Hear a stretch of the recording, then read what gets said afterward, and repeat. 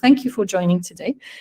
And as you know, one of the things that we always take pride in at YunoJuno is that we have absolutely great clients on board. And today I am honored to have representatives from two of our great clients from YunoJuno, which is Canon Europe and $1 Billion Boy. So in a moment, you are going to meet Ed Bernardino at $1 Billion Boy and Cecilie and Gonzalo from Canon Europe.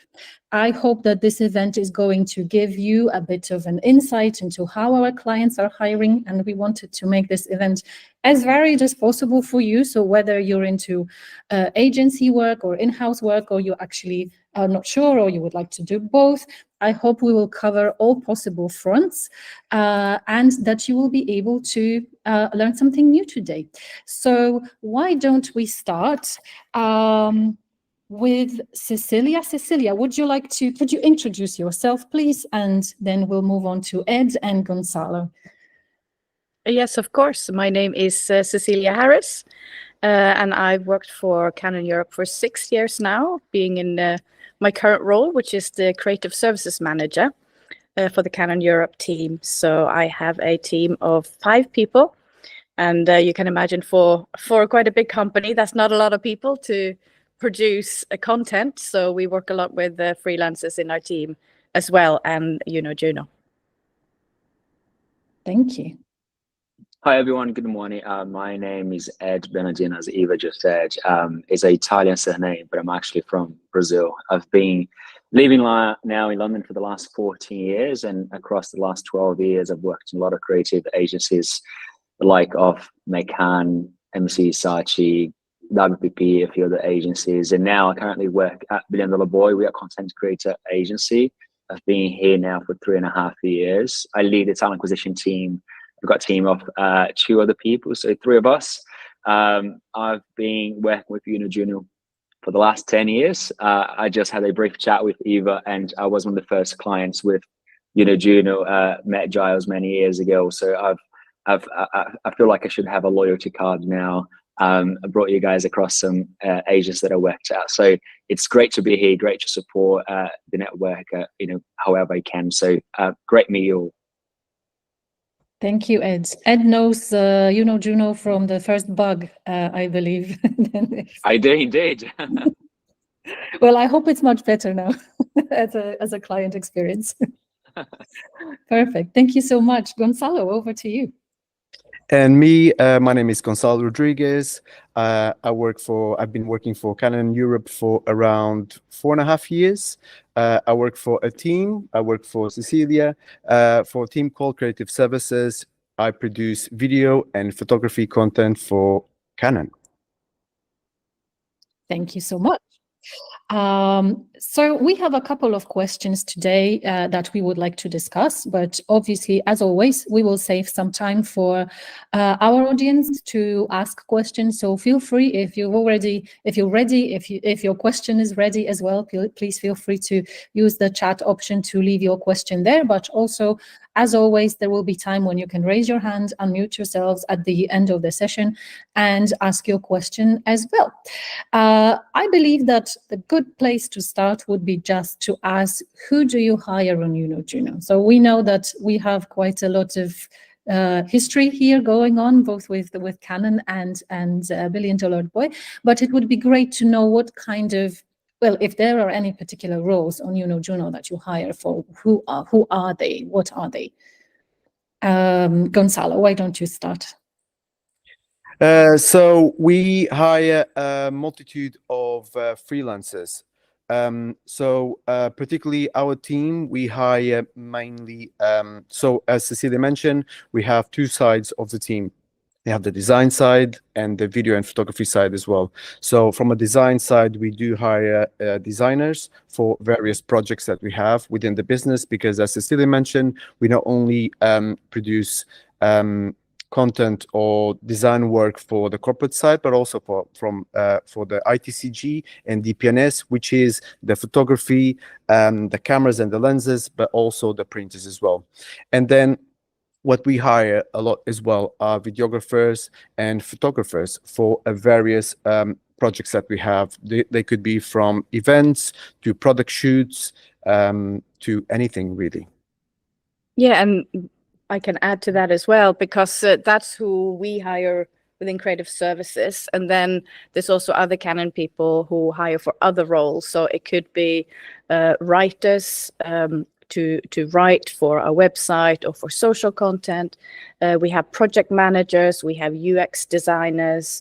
So it's really starting to spread on the need that we have for YunoJuno. The more we build with YunoJuno, the more different sides of the business are discovering YunoJuno as well, and how easy we find it to work with YunoJuno. We call us the OGs, the originals. Yeah. We were the first team to start working with YunoJuno, and now it's really spreading across, not even just Canon Europe as we work for, but even in some of our other fellow countries in Canon EMEA.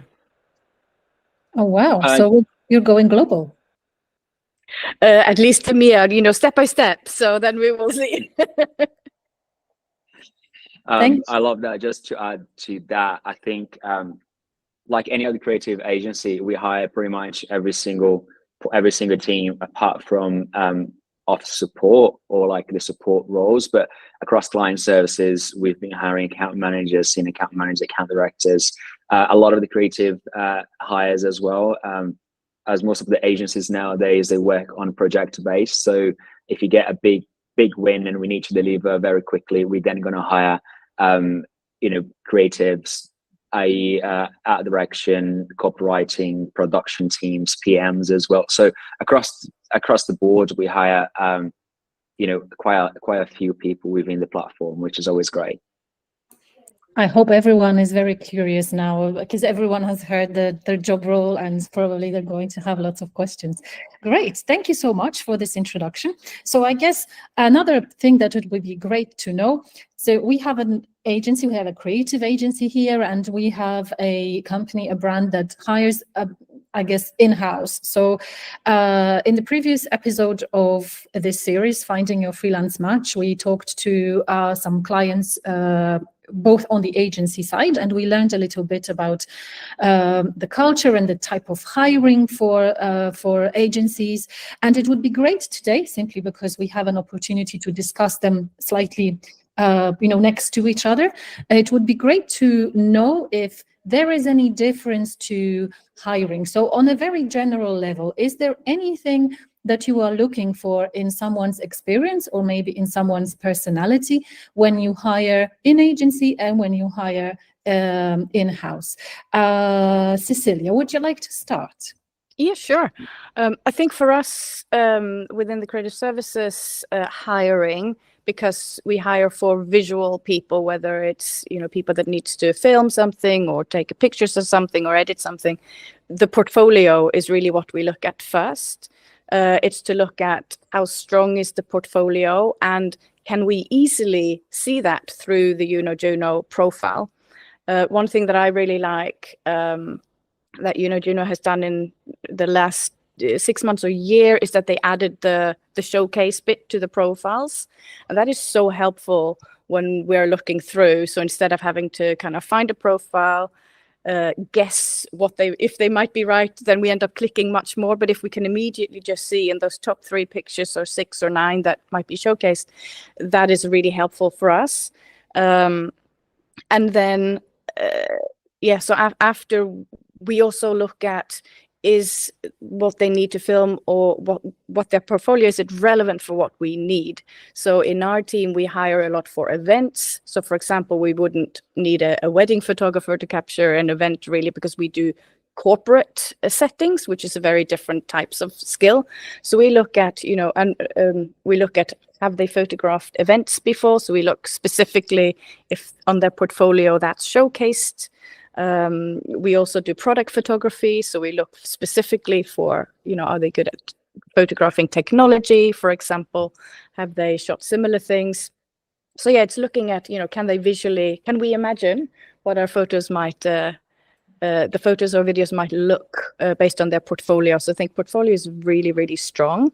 Once we've kind of narrowed down who we like visually, then of course we would look at things like price.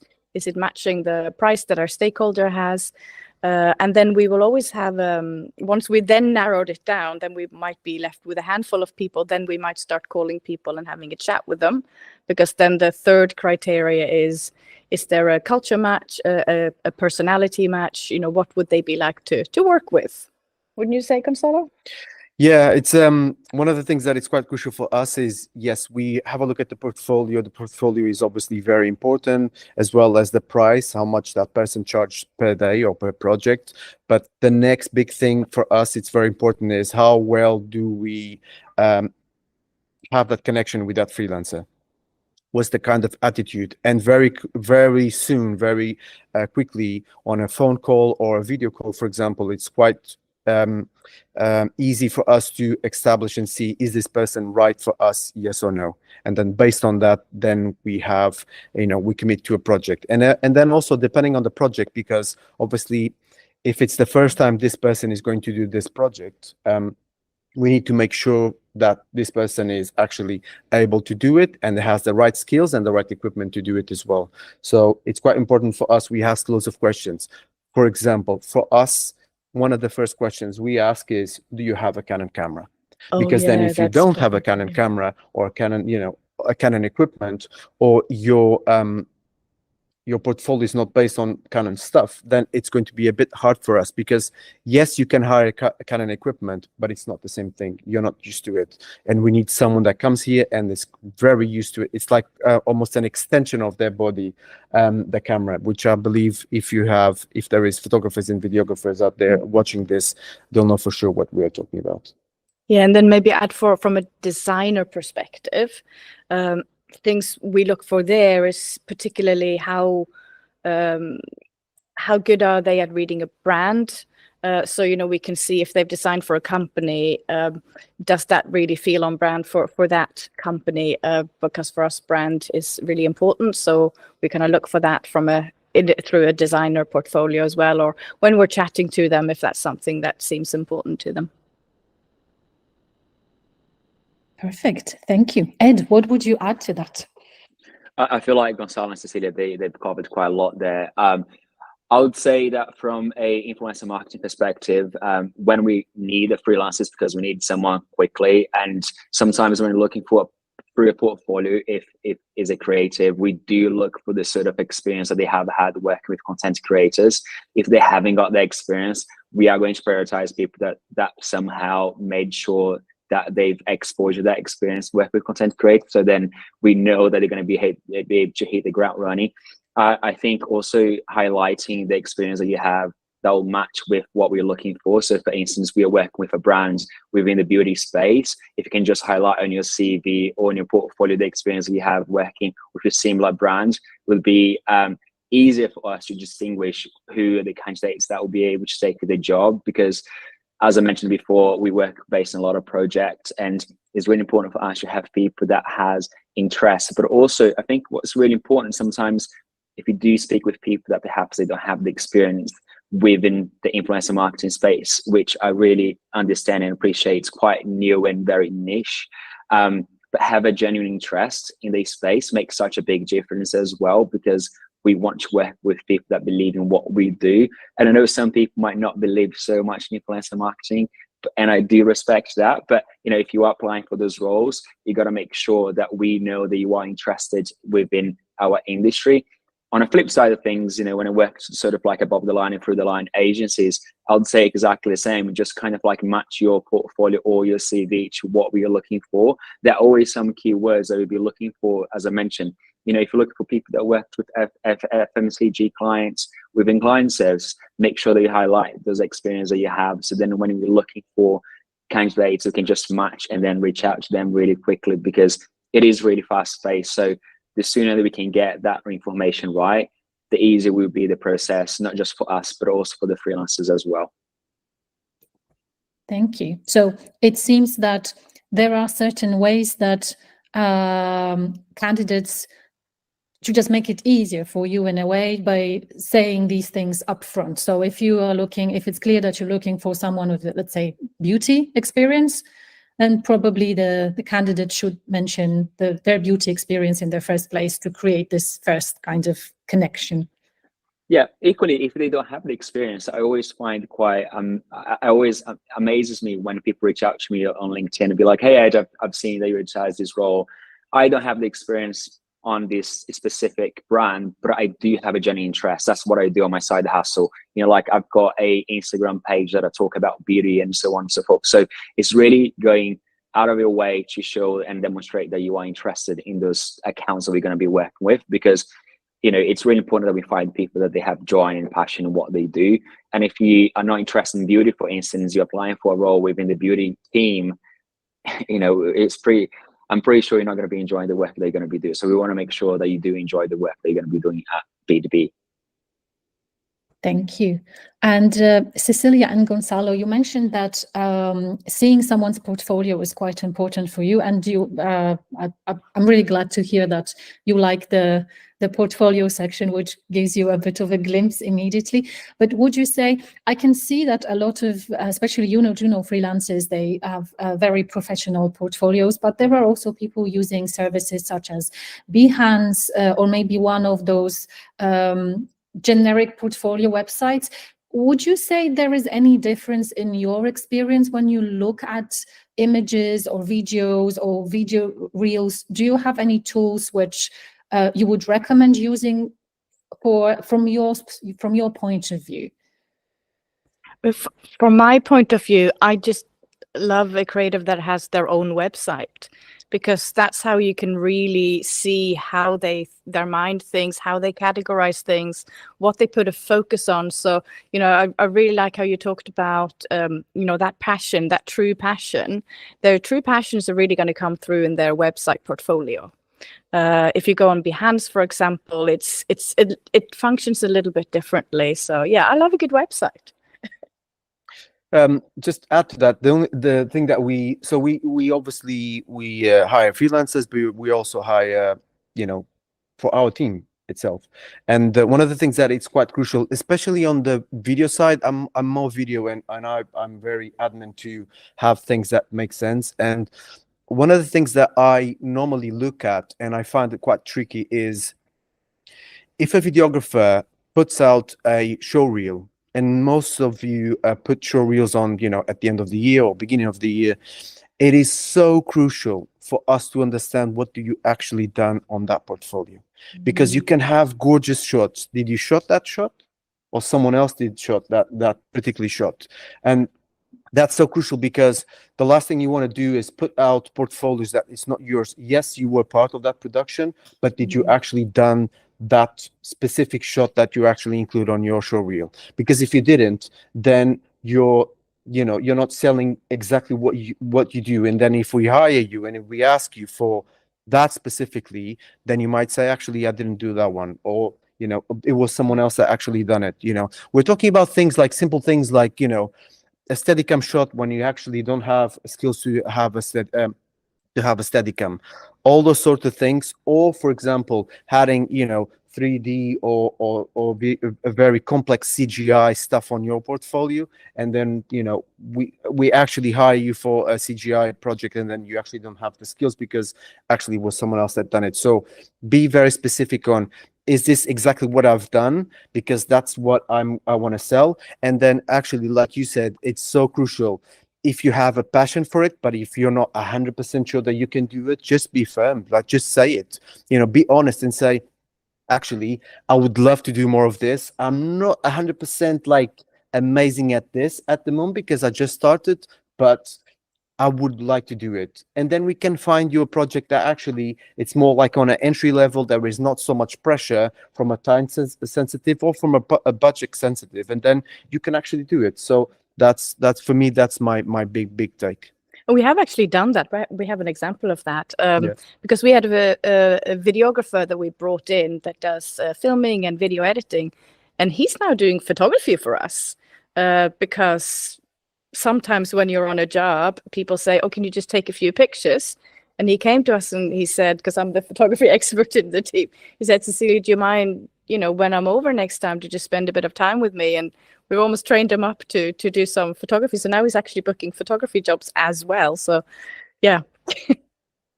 That's an interesting story. And something that Ed mentioned, and I right now I remembered recently on our freelancers Slack channel, we had a very interesting question, which I feel deserves its moment here. One of our freelancers asked if personal projects actually matter, or if it's something that they could present to the client. So would you look, or would you consider a personal project that was not client work? It was just something that, a freelancer put all their passion in, and they want to showcase it to you or to a prospective client as part of, a part of their work. So Ed, I believe you started the subject, so could you take the answer first? Yeah, of course. Honestly, I love seeing personal projects. That's the reason why I mentioned sometimes perhaps on your CV you don't have the experience that we're looking for, but your side hustle, it is something within the industry that we're looking for, and therefore you're really passionate and sometimes more knowledgeable than other people that perhaps worked on those accounts, just because you live and breathe that, especially within the creator content world, where, if you are passionate about food, for instance, perhaps you already have your blog or your Instagram account, your TikTok account that you share information and content there. If it's something that you created, especially within production, it's so important for you to showcase that as well, because you not just show that your capabilities, but also your passion. And having a look at personal projects is so important.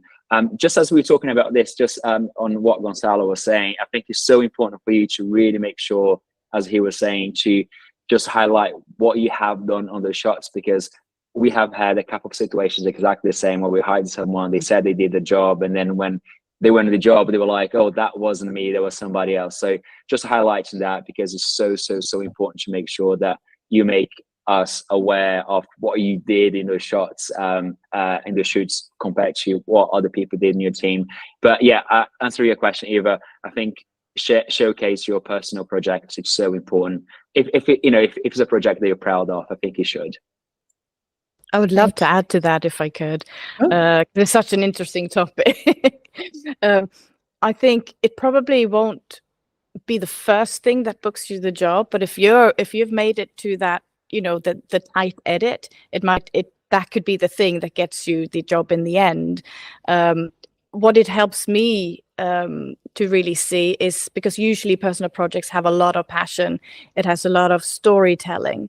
So, we work in a very corporate environment. So we're looking at, well, how can people shoot this printer lifestyle video, but bringing in that emotional element? If they have a personal project where we can see that they've demonstrated that, then my brain is going to think, they are very fine-tuned into thinking about the emotional storytelling. Perfect. Let's bring that person in. So it could be the thing that makes the difference. Great. I want to ask the question. I'll watch the session and know your answer for that. We have one question in our chat, which I believe this is the right way to ask it. So Graham, I'm not sure if you can unmute yourself, but if you could ask your question, that would be great. Yeah, sure. Sorry, I'm keeping the camera off because I got stung by a bee, so my face looks like a soccer ball at the moment. Yeah, it's just obviously from a production point of view, we've all got links to our LinkedIn sites. You can do a Vimeo reel with collections of stuff that you've done, but your original points of going, okay, well, what did you actually work on? In production, you'd like to believe that outside of holding the camera, you have a hand in everything, but it's traditionally more of a creative thing where you get kind of signed on your show reel. From a production point of view, how heavily do you rely on some sort of portfolio of work? I mean, getting websites together and cutting show reels is all well and good, but how much stock do you guys actually put in it for production? Can you take that one, Gus? Yeah, I can take that one. Something that is crucial for production as a producer? If as a producer, you can actually show us that you actually, for example, you saved a ton of money, or you manage to get something that no one else could have done it for that specific project, that will be the biggest thing. Yes, you're right, because you're a producer. From a production point of view, that's the only thing you can show, things that actually other people actually done it. But if somehow within that production you said, actually, for that production, I've managed to get this for this amount of budget, or I managed to get that, or actually, for example, nowadays, if you could, which is so interesting, you see lots of memes of the kind of like, this is the budget, this is how much the client wanted to pay, and there's a massive difference.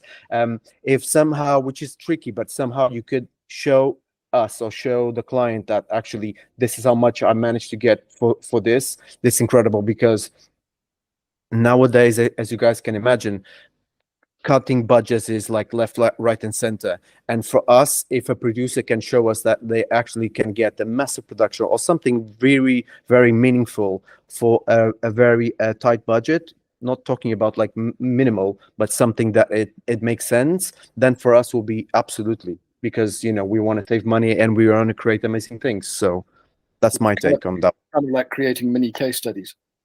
Yeah, for example. Yeah. Okay. Cool. Thank you. Thank you. Ed, would you like to add anything to this? I think Gonzalo, he nailed that. Nowadays we're always trying to save money, so if you can prove that, it's great. And I think just the other point that we touched before, in terms of like, if you didn't do something, what you put on your portfolio, just make sure when you do have your interview, be clear with the interviewer what you've done and what your knowledge and what areas you need some extra support if you haven't got this sort of like 360 experience. But I think Gonzalo hit the nail there. Thank you. Cecilia, anything to add? No, not from my side. I mean, maybe worth mentioning, well, if we're looking for videographers, it's so many different scenarios. Sometimes we just need someone to just film, and that's what they do because they're part of a bigger production. Whilst we also have, some freelancers that we use to just do a full campaign, and they manage and produce the whole thing. So I guess we kind of tend to bring someone in first on a pure, simple task, and then we sort of build with that freelancer. And another thing I think is worth mentioning is that we have we build a directory within a YunoJuno. So we have like a Canon directory. For us, it really works, whether it's, for video photography, design, writers. Once we start working with someone, if we like working with them, we are very likely to continue working with them. And because we have this Canon directory, some of our other colleagues might choose to work with them as well, because they've already done 4 Canon projects. We have a very extensive brand guideline. So it takes a little bit of, time to get used to all of that. So it's really helpful for us to bring someone in who's familiar with that we worked with before. So yeah, I think sort of like once you're in with us, you're likely to be part of like an extended arm of the team, which is really nice. So we have very nice relationships with our freelancers. Perfect. Thank you. So let's talk a bit more about how to get in. So I guess we covered making the good first impression with the portfolio. Where this is what you find time. Any tips interviewing for something that always helps? Cecilia, would you like? You broke up quite a bit, so I think you're asking for interview tips. Is yes, that correct? interviews about it. Exactly. Yeah. I think it's then once we actually call someone up, it's about the human connection that we make, I think. So then it's just to assess someone's, how you click with someone, or kind of like their philosophy behind something.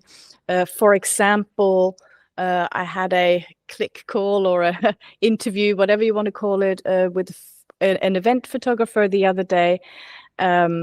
And the way that he was able to explain how he worked during an event that, you know, is not on a CV, it's not on there. It's that additional information of, oh, I look for this, I look for those moments, I enjoy this. He was very, very good at putting words on how he saw things, what moments he looked for. And those are all the things that isn't on the CV.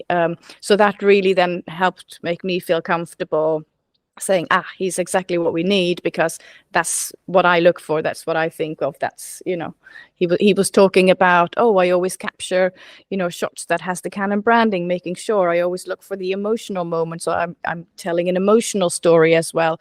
I always make sure I capture, you know, like the whole setting. So you're showcasing the setting, and then I always go zoomed in. So there was, we had a half an hour, really nice conversation about how he worked. So it added so much to the pictures that I'd already seen. So yeah, maybe that's some good examples, hopefully. Thank you. Ed, what about you? What are you looking for in an interview? I always use this weird analogy, but I find that going for an interview is like going on a date with somebody they've never met before. You got to present yourself in a very manner way that I would be interested in you, you be interested in me as well. It's a two-way street. I think what Cecilia mentioned about human connection is so important. But I think from a candidate's perspective, you know, we advertise a job there, we've got the job spec. Look at the keywords that we're looking for, what skill sets are we looking for, mention about those skill sets that you have, mention about the experience we have related to, again, brands that we worked with before. We love to hear when you looked at some of the work that we've done and then you praise us for the work that we've done. It's such a nice thing. It's like you give us some compliments, right? In the same way, I want to compliment you for your work that you've done as well, that you're proud of. But just make sure that you do some research in the business that you're applying for jobs, that you know exactly what they're doing. And only applying for the jobs that if you are genuinely interested in working with them. If you're not, please do not waste your time, because we want to make sure that all of you have a great experience. I always say that the same way that we want to make sure that we find the right freelancers, we want to make sure the freelancers find the right place for them. So asking questions is so important to make sure that you are interested in what we do, the work that we do, talk about the culture, because the amount of people that came to us, work as a freelancer, and they become permanent employees, it's just great to see. So showing that you are interested, not just in these projects, but beyond, I think is so important. So then to Cecilia's point, you know, like they've got a portfolio of people, this talent pool, they can just tap in again because they've developed a relationship, that human connection. So it goes a long way. But I always think about, you know, you want to go on a date with that person that you really, really want to go on a second date again, and think how you interact with them, interact with an interview, show interest, show that you care about them. Thank you. Gonzalo, would you like to add anything? Yeah, actually. I think I'm going to do an analogy. Today is Father's Day in Portugal, and my dad says something which is crucial. It's not related to freelancers or anything, but it's going to be the same thing. It's all about driving. When you're driving, you need to be aware of what's going to happen, predict on what's going to happen in front of you. And when you have a call for a first job with a client, predict what's going to happen. What do I mean about this? What I mean is, if I'm talking about a project and I mentioned more than once that we don't have time is limited, and the project needs to be delivered very soon, that's the first thing you need to start thinking of. Do I have the capabilities to deliver this project on time? Yes or no? That's one of the things. Or, for example, if I mention more than once that actually the budget is limited, the first thing that you need to realize is, would I charge enough to be able to commit to this project? Yes or no? I had projects already where the freelancer actually wanted to charge almost double that they wanted to charge, because that's how much they charged. But without really noticing that, in a way, I was saying, we don't have that amount of budget. So actually, do you want to do this or not? So it's kind of like predict. Think about, like, Is that really what the other person is saying? What do they actually want? Because to be honest, you're in front already of that person, obviously, you know, on a digital point of view, you're already in front of that person. So for sure, there is something about you that makes you there. But then it's that extra one. It's the attitude that you have towards what is being said to you. Because if you do have the right attitude, and if you really understand what the other person is saying, then you'll get the job, and then both of us will be happy. But just think about that. Does that person have enough time? Yes or no? Because if you are not a really fast editor, or you think you cannot really do that project in 2 or 3 days, then might as well just say upfront, like, I can't do that. It will take me 6 days to do this, or 2 weeks to do this. So the 2 days that you're giving me is not enough.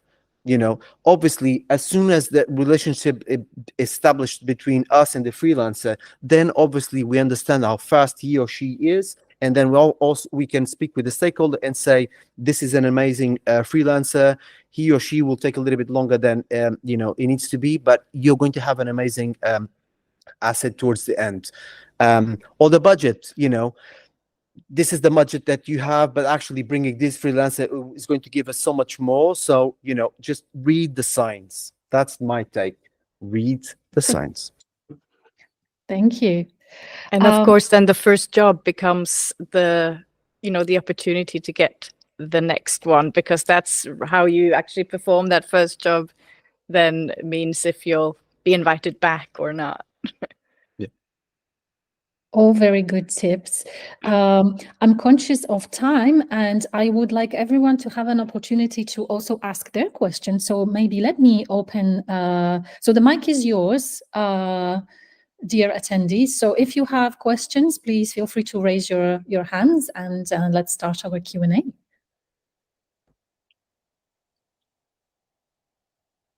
Don't be shy, we're all very friendly here.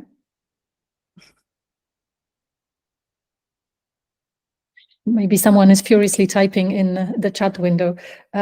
So while you're thinking about your questions, and feel free to also, as I say, to raise your hand whenever you think about it. I have one more question that I guess everyone is asking. We see that probably the market is not as, you know, lively as it used to be. It is quite on the slow side. Do you see the signs of this changing at all from your point of view, of someone who, you know, has the budget and needs to plan for the year? Ed, would you like to start? Yeah, I to be completely honest, I feel like we're in a very good place right now. B2B, we are growing, and we are continuing to hire loads of freelancers and permanent employees as well.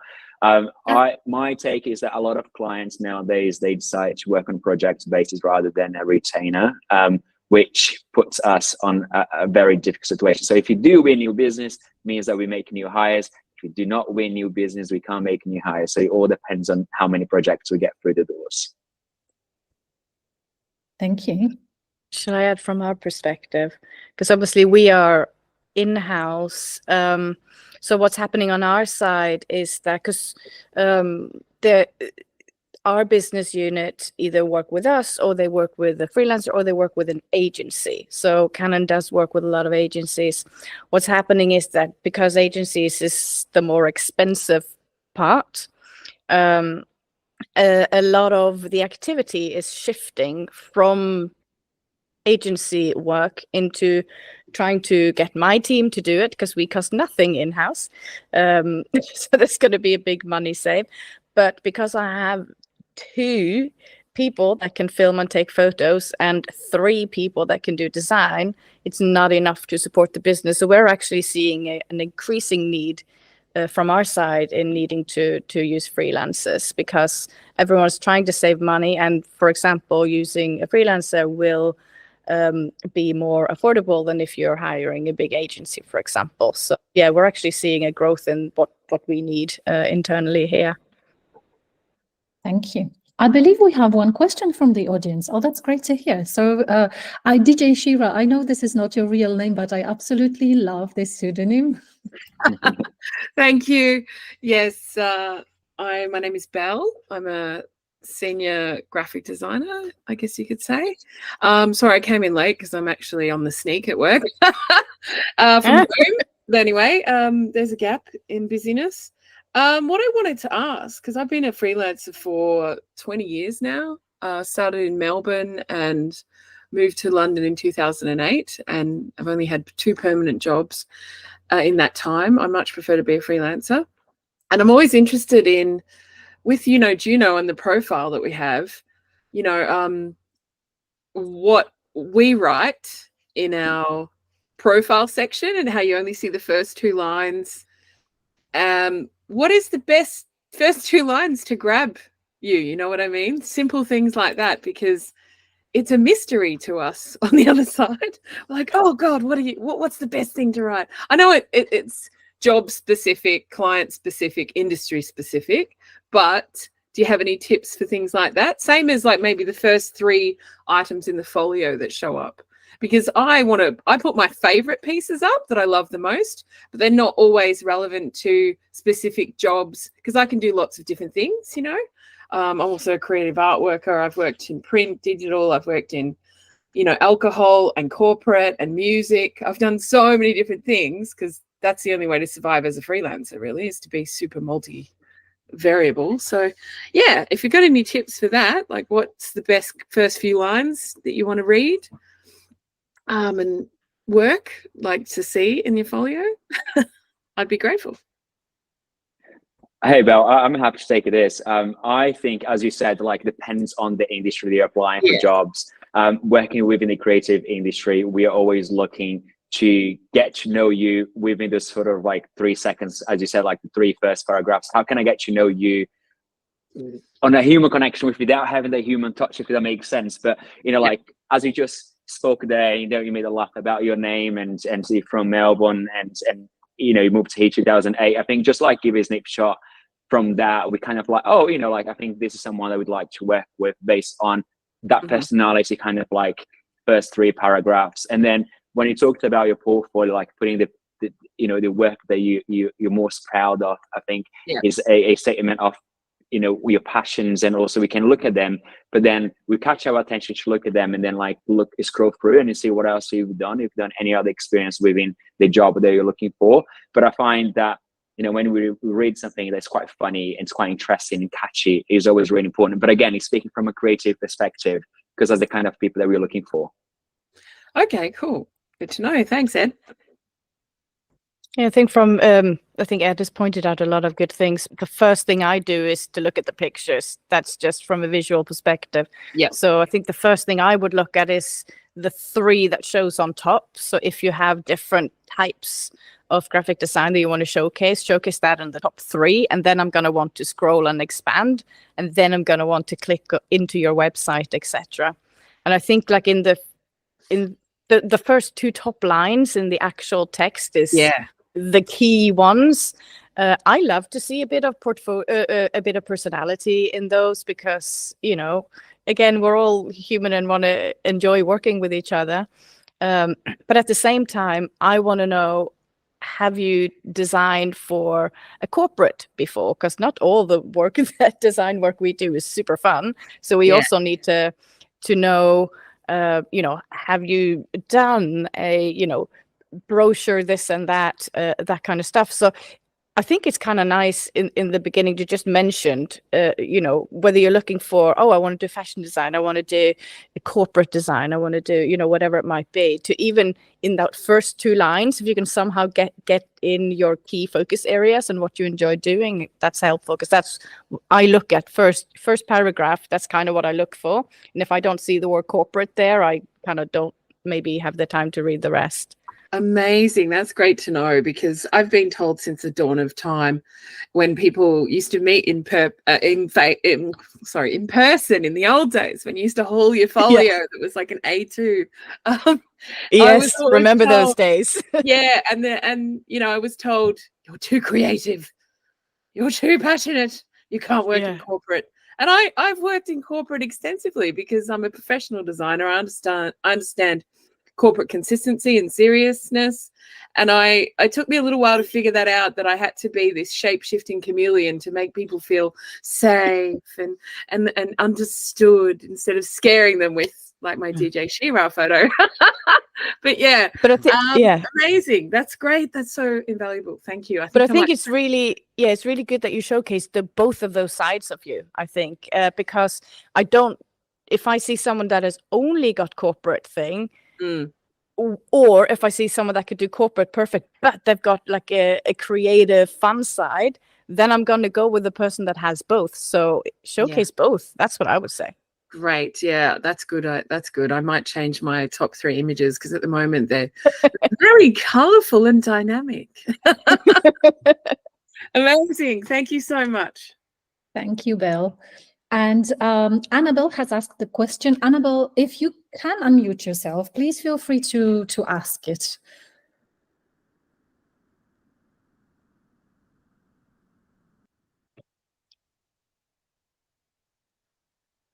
Maybe Annabelle cannot unmute herself. So let me read the question then. I know that some people are just listening to us in the background. So the question is, to what extent is the need for example, planning, strategic insight, campaign project management growing in order to support the various creative deliverables, given the much debated shift from shorter term performance back to longer term brand marketing? Would anyone like to start?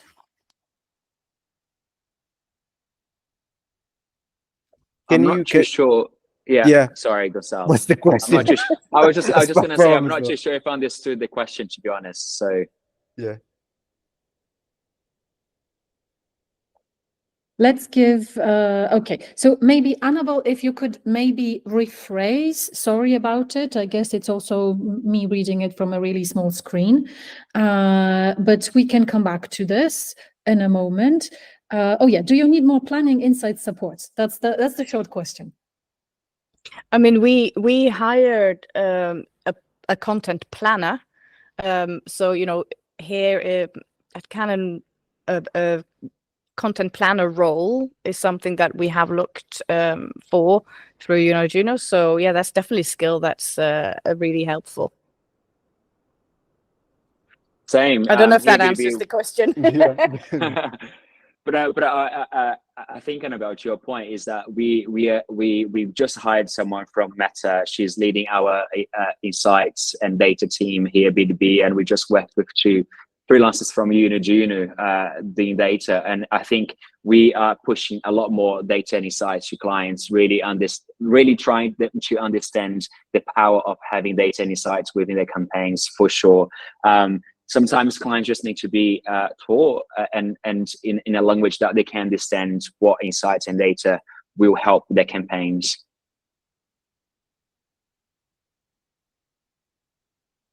So the follow-up to the question is, so is it still on a project basis rather than hire in-house or in agency? From a B2B perspective, we do have a team in-house, but depending on projects, sometimes we do hire freelancers as well. Yeah, I think we hire project by project. Sometimes, especially for graphic designers, it's more for a long period, or maybe you're covering someone who's away. So it could be based on a 6 months cover or, you know, maternity cover, things like that. We have done as well. Thank you. We also have a question from James, which I believe we partly answered. But James, if you would like to unmute yourself as well, please feel free and ask your question.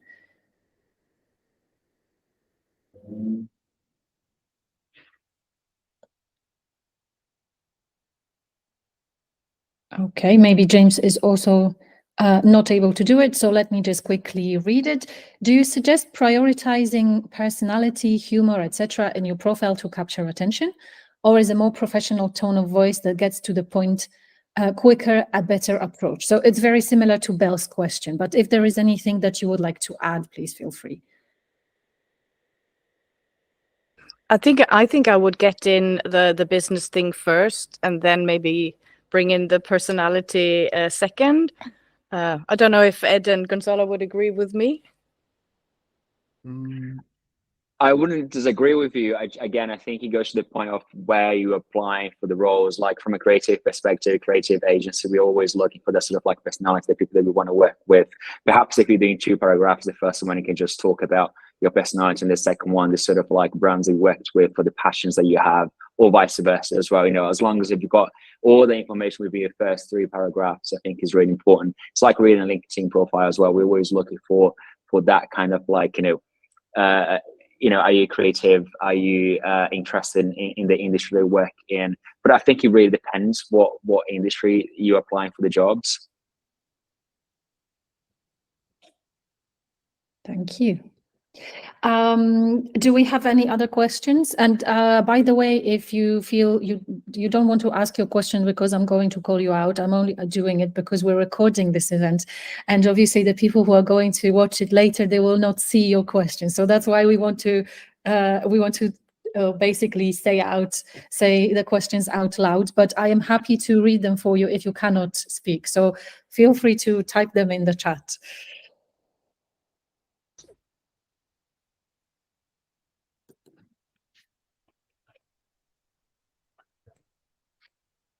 So while we're waiting for any more questions, I still have one more, and I think we sometimes we get questions from people who have worked in-house for ages and they are thinking about turning to in-agency life, or vice versa.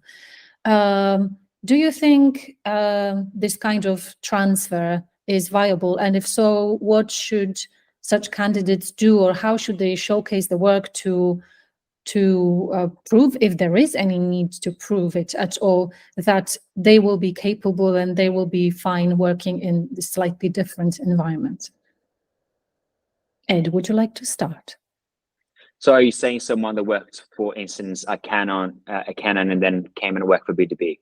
And vice versa. Yes, or maybe someone who has worked full-time as well and is moving to freelancing, and they go straight to, billion-dollar boy, because this has been their dream all along, but they don't have 100% relevant experience. What would your advice be?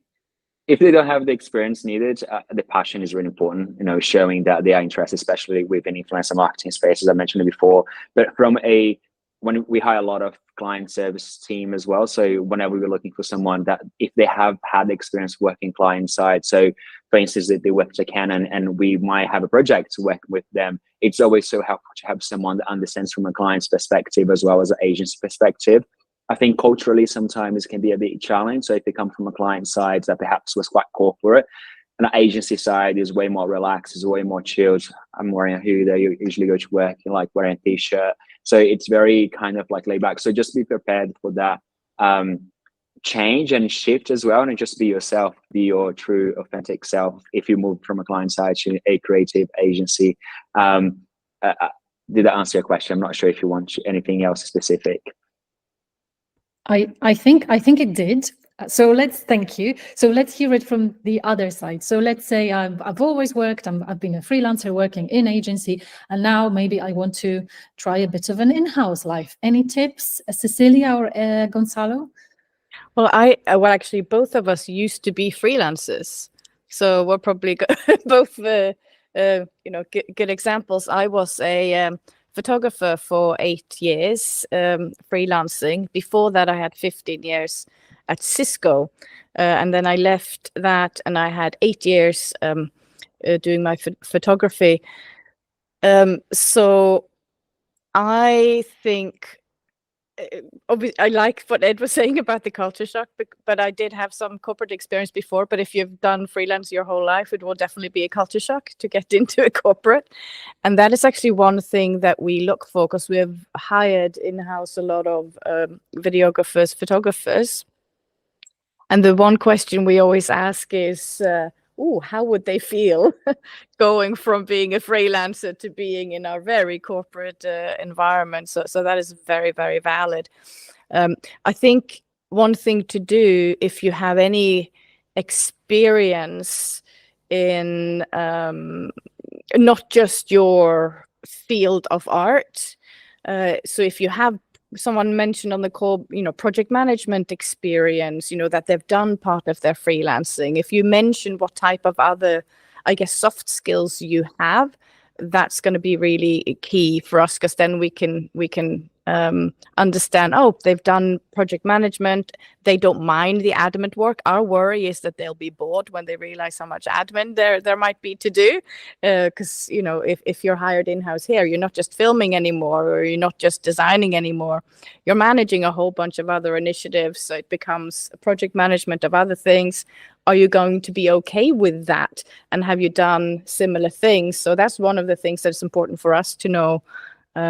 So to learn that through either the interview or the cover letter, perhaps, where you're making sure you're reading through the tasks and saying, you know, I've done more than just design, or I've done more than just take that pictures or filmed. I've also, and then sort of like blah, blah out any other, you know, stuff, skills around your, managing your own business that you've done before. Thank you. Catherine, you have a question. Hello. I'm entering my 5th decade in advertising.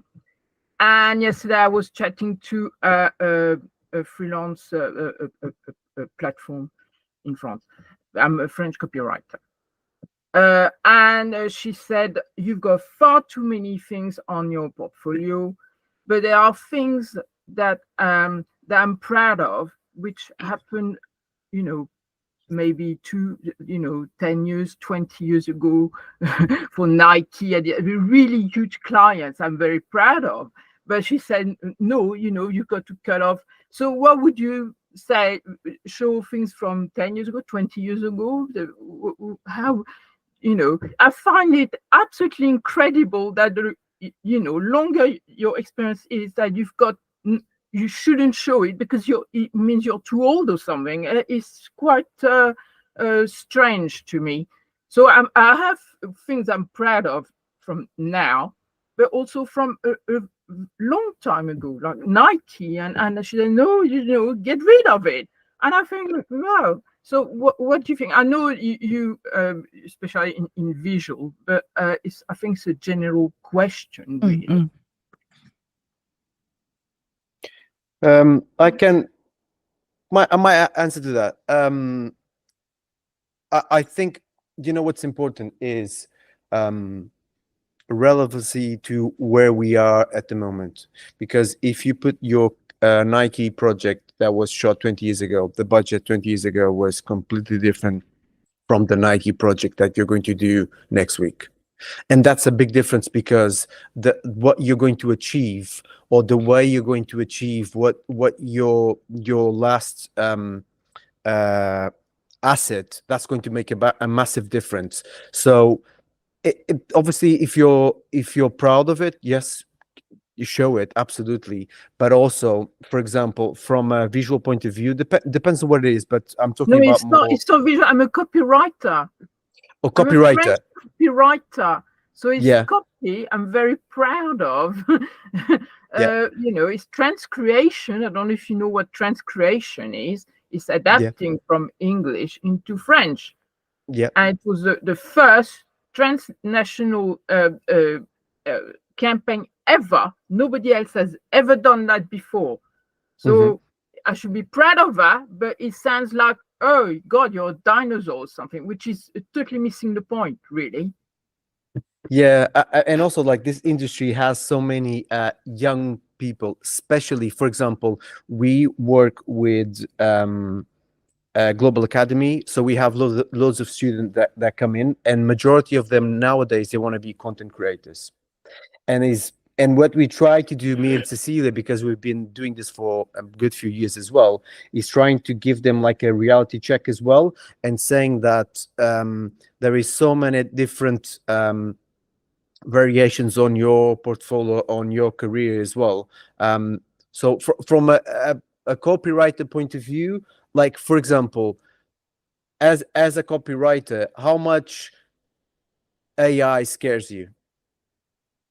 A bit, but not that much. But it all depends on what the client think, how much creativity counts, how much he puts value on creativity. That is their problem, not my problem, you see. Yeah. It is tricky, but yeah, AI, for example, it's one of them. I've done projects personally, not for Canon, that I actually went to ChatGPT and asked to rewrite the script that I was about to say, for example. And I was in a car with the phone rewriting my script on the fly because I wanted to change something, because I wanted to make the script a little bit funnier. So that's the thing that I think it's really relevant. For me, it doesn't matter. It's incredible that you have all that experience, and it's incredible. And I think people should be proud to have someone in front of them that has all that experience, and you've done so much already. But also, if you're able to show that, but at the same time that you're at the edge of technology and you're embracing it, then it's a win-win for everyone. Yeah, I would like to add as well. I think it's all about balance, right? I think it's also amazing. I always look for someone that, that has really relevant experience, and it's really nice when you have that work that you're really proud of. But I think it's balancing and maybe not show all of it, but picking your favorite. So you can still have some of those show the width of what you have done, but to minimize it, because people don't want to see too much, because then it's almost tricky to find it. So I would, your older hero projects, choose which are the ones that I'm the proudest of, showcase those, and then you can get rid of some other stuff. And then, of course, I would also then showcase your latest work, your newest work, to show, what Gonzalo was saying, that, oh, but I'm still very relevant today. And then you've got a really powerful, because you've got something really powerful from the past and from the present. And then, you really stand out. Yes, absolutely. I was also told, but maybe I don't know if you can say anything about that, that not to show by a client, because as you're saying, for one client, for example, Photobox, I'm sure you know Photobox. I work for Photobox. I did ECRM, I did content, I did product description, I did so many things. And she said, no, there's too many things. You've got to put all your social posts, all the clients you've done for social posts, I don't know if you understand what I'm saying, but by specialty, if you like, not by client.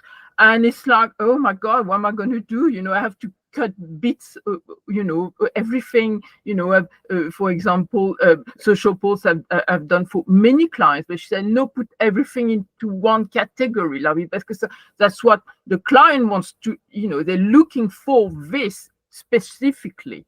Do you understand what I'm saying here? I'm a bit... Yeah. Something that I say to... I'm not young, but I'm not old as well. But I think I'm kind of in the middle. One of the things that so many people, they don't do, and I'm not sure if you do it or not, but it would be possibly a good idea to do. I don't know. It depends. But sharing information with the younger generation would be the most relevant thing you could do today. Because what you achieved and the way you achieved, not many people know how hard it was for you to achieve what you achieved. And I think for me, the people that I have around me, because they are my age or a little bit older, and the first thing I said to them is, why don't you share the knowledge that you have? Don't feel afraid to share the knowledge that you have. I have next to me one of the best photographers I've met in my life. And the first things that I do all the time is, Cecilia, can you please share the information that you have with other people? Because everyone wants to know the way you've done those shots, the way, why you've done the way you've done it. And because we think that, oh, they know, oh, it's fine, it's easy. But as soon as you start sharing the knowledge that you have, and people know, actually, this is the way it came from all over that to here, it's incredible. So for me is, share your knowledge. If you have so much knowledge, if you have so much portfolio, share with other people, build a class, for the younger generation, where they actually can see the way you've done it and how much have you progressed and how much things have changed to get to where you are, because that's what people want to know. I know majority of the people that we have in our portfolio is actually, they don't have portfolio enough to show us. You have actually the opposite. You have too much portfolio. So it's kind of the balance, like Cecilie was saying, is the balance between too much and too little. Where you're going to meet that. Yeah, But it's if the you actually, balance, yeah, right? if you meet between in the middle, perfect. Yeah, it depends on the criteria. That's why I was saying, you know, do you show by clients or by specialty? That's more. And I'm sure in your visual, you know, you're into visual, and maybe it's the same too. You know, I don't Yeah. know. Because you could show by you could show by speciality That's what I and was just told, have yeah. some highlight clients, for example. Yeah, 360-degree campaigns. Yeah, there's few of them too. Yeah, I know it's very complex. I've got to redo the whole thing. Yeah, so you could do like the type of thing you do and some of your, you know, top 3 clients in that, within that category, and, you know, I know. then you're showcasing. Okay. Thank you very much. You're sharing. welcome. You're welcome. It's a good question.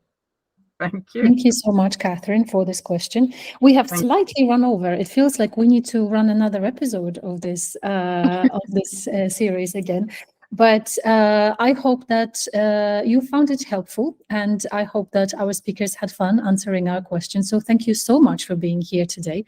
As always, I encourage everyone, use the Hangout option with all the lovely claps and hearts that you can, because that's, well, we really appreciate you being here today. If you want to revisit the session, if you want to hear those tips again, we are going to publish the recording in probably in 48 hours. It should be in our Freelance Hub. Yeah, once again, Cecilia, Gonzalo, Ed, I hope you had fun as well joining our session. We did. Thank you for having us. That's great to hear. And I hope to see everyone, our speakers, our attendees at one of our future events pretty soon. Thank you so much once again.